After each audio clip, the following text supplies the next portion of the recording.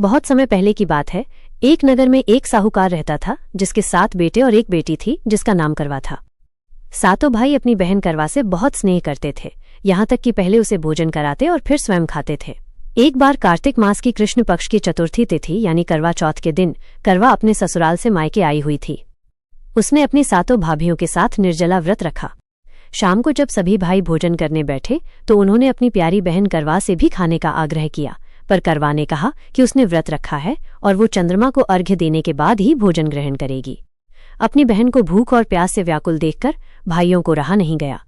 सबसे छोटे भाई ने अपनी बहन का व्रत खंडित करवाने के लिए एक युक्ति सोची।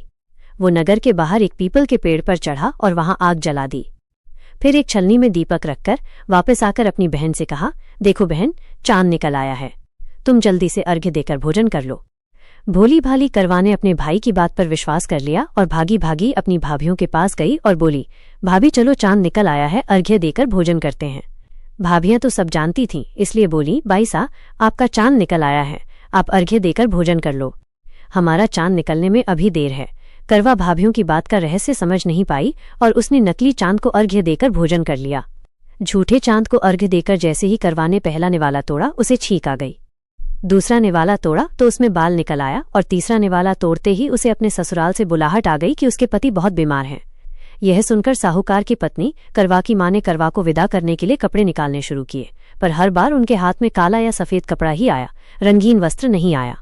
ये देखकर सेठानी चिंतित हुई और उन्होंने करवा को विदा करते हुए कहा, बेटी, रास्ते में जो भी मिले उन सबके पैर छूना और उनसे आशीर्वाद लेना।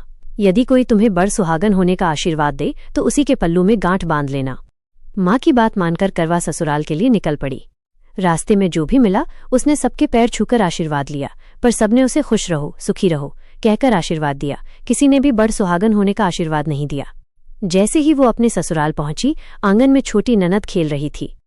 करवा ने उसके पैर छुए तो ननद ने तुरंत कहा, खुश रहो, सुखी रहो, बड़ सुहागन हो, दूधो नहाओ, पूतो फलो। करवा ने तुरंत पल्लू में गांठ बांध ली। अंदर जाकर उसने देखा कि उसके पति का शव आंगन में रखा हुआ है और लोग उसे अंतिम संस्कार के लिए ले जाने की तैयारी कर रहे हैं। करवा रोने लगी और विलाप करते हुए बोली, मैं इन्हें कहीं नहीं ले जाने दूंगी, मैं भी इनके साथ चलूंगी। बहुत समझाने पर भी जब वो नहीं मानी तो सभी उसे शमशान घाट ले गए। चिता पर पति के शव को लिटाने का समय आया तो करवा बोली, मैं इन्हें नहीं जलाने दूंगी। सबने उसे बहुत ताने दिए कि पहले तो अपने पति को खा गई, अब उसकी मिट्टी भी खराब कर रही है, पर करवा ने किसी की नहीं सुनी। अंत में लोगों ने वहीं शमशान में करवा के लिए एक झोंपड़ी बनवा दी, जहां करवा अपने पति के शव को लेकर रहने लगी। करवा दिन रात अपने पति की सेवा करती, उनके शव की साफ सफाई करती और उनके पास बैठी रहती। उसकी छोटी ननद हर सुबह शाम उसे खाना पानी दे जाया करती थी। करवा ने वहीं रहते हुए हर महीने की चतुर्थी का व्रत रखना शुरू कर दिया। जब वो व्रत करके पूजा करती और चौथ माता से प्रार्थना करती तो हर बार चौथ माता प्रकट होकर कहती, करवो ले, घणी दुखी करवो ले, 7 भाइयों की प्यारी करवो ले। करवा उनसे अपना सुहाग वापस मांगती तो माता कहती कि तेरा सुहाग मैंने नहीं, सबसे बड़ी चौथ माता ने लिया है, उनसे मांगना। इस प्रकार व्रत करते करते अश्विन मास की चतुर्थी आई तो करवा ने उस चौथ माता से कहा, माता, मैं 12 महीने से यहाँ बैठी व्रत कर रही हूँ, अब तो मुझे मेरा सुहाग लौटा दो। तब अश्विन की चौथ माता ने कहा, तेरा सुहाग हम नहीं लौटा सकते, तुझसे कार्तिक की बड़ी चौथ माता नाराज है। यदि तू अपने पति के प्राण वापस चाहती है तो जब वे आए तो उनके पैर पकड़ लेना और तब तक मत छोड़ना जब तक वे तेरा सुहाग वापस न लौटा दें। 16 श्रृंगार का सारा सामान तैयार रखना। ऐसा कहकर चौथ माता अंतर्ध्यान हो गई। जब कार्तिक मास की बड़ी चौथ आई तो करवा ने अपनी छोटी ननद से 16 श्रृंगार का सुहाग का सारा सामान मंगवाया। छोटी ननद ने जब मां को ये बताया तो सास ने कहा, पागल हो गई है, जो मांगती है दे आओ। छोटी ननद सारा सामान लाकर करवा को दे देती है। करवा ने करवा चौथ का निर्जला व्रत रखा, 16 श्रृंगार किया और चंद्रमा को अर्घ्य दिया। जैसे ही उसने पूजा करने के लिए जोत जलाई तो चौथ माता प्रकट हुई और कहने लगी, करवो ले, घणी दुखी करवो ले, 7 भाइयों की प्यारी करवो ले, दिन में चांद उगाने वाली करवो ले। करवा ने तुरंत उनके पैर पकड़ लिए और बोली, माँ, मेरा सुहाग मुझे वापस लौटा दो। चौथ माता बोली, अरे तू तो बहुत भूखी है, 7 भाइयों की प्यारी है, तुझे सुहाग का क्या काम। करवा ने कहा, नहीं माता, मुझसे बहुत बड़ा पाप हो गया है, पर मैं आपके पैर तब तक नहीं छोड़ूंगी जब तक आप मेरा सुहाग मुझे वापस नहीं लौटा देंगी। चौथ माता ने करवा से एक एक कर सुहाग का सारा सामान मांगा और करवा उन्हें सारा सामान एक एक कर देती गई। तब चौथ माता ने कहा कि तुझे जरूर व्रत करने की सारी विधि और बात किसी ने समझा दी है। करवा ने कहा, माता, मुझे तो हालात ने सब कुछ समझा दिया है, आप बस मेरा सुहाग मुझे वापस लौटा दें। तब चौथ माता ने अपनी आंखों से काजल निकाला, उंगलियों से मेहंदी और मांग से सिंदूर निकालकर करवे के जल में घोल दिया और उस जल से उसके पति को छींटा लगाया।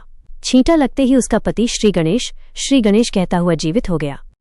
जाते जाते चौथ माता उसकी झोंपड़ी पर लात मार गईं, जिससे उसकी झोंपड़ी एक सुंदर महल में बदल गई और करवा के सारे दुख दूर हो गए।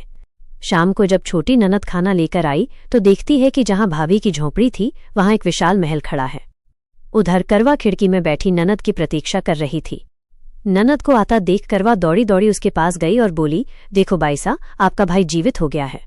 घर जाओ और माता जी से कहो कि गाजे बाजे के साथ हमें लेने आए। छोटी ननद दौड़ी दौड़ी माँ के पास गई और कहा, माँ, भाई जीवित हो गया है। माँ ने कहा, अब तक तो वो बहू ही पागल थी, अब तेरा भी उसके साथ साथ दिमाग खराब हो गया है। ननद ने कहा, नहीं माँ, मैंने अपनी आंखों से देखा है। ये सुनकर माँ और बेटी दोनों गाजे बाजे के साथ महल पहुंचे। बेटे को जीवित देखकर सास बहू के पैर छूने लगी तो बहू ने भी सास के पैर छू लिए और कहा, माताजी, देखो आपका बेटा जीवित हो गया। सास बोली, बहू, मेरा बेटा नहीं, ये तेरा पति जीवित हो गया है। मैंने तो साल भर पहले ही इसका अंतिम संस्कार कर दिया था, ये तो तेरे भाग्य से वापस आया है। हे चौथ माता, जैसी पहले साहूकार की बेटी करवा के साथ हुई वैसी किसी के साथ मत करना, और बाद में जैसे करवा के पति को लंबी आयु दी वैसे ही इस कथा को कहने वाले, सुनने वाले और हुंकारा भरने वाले सबके पति को लंबी आयु देना।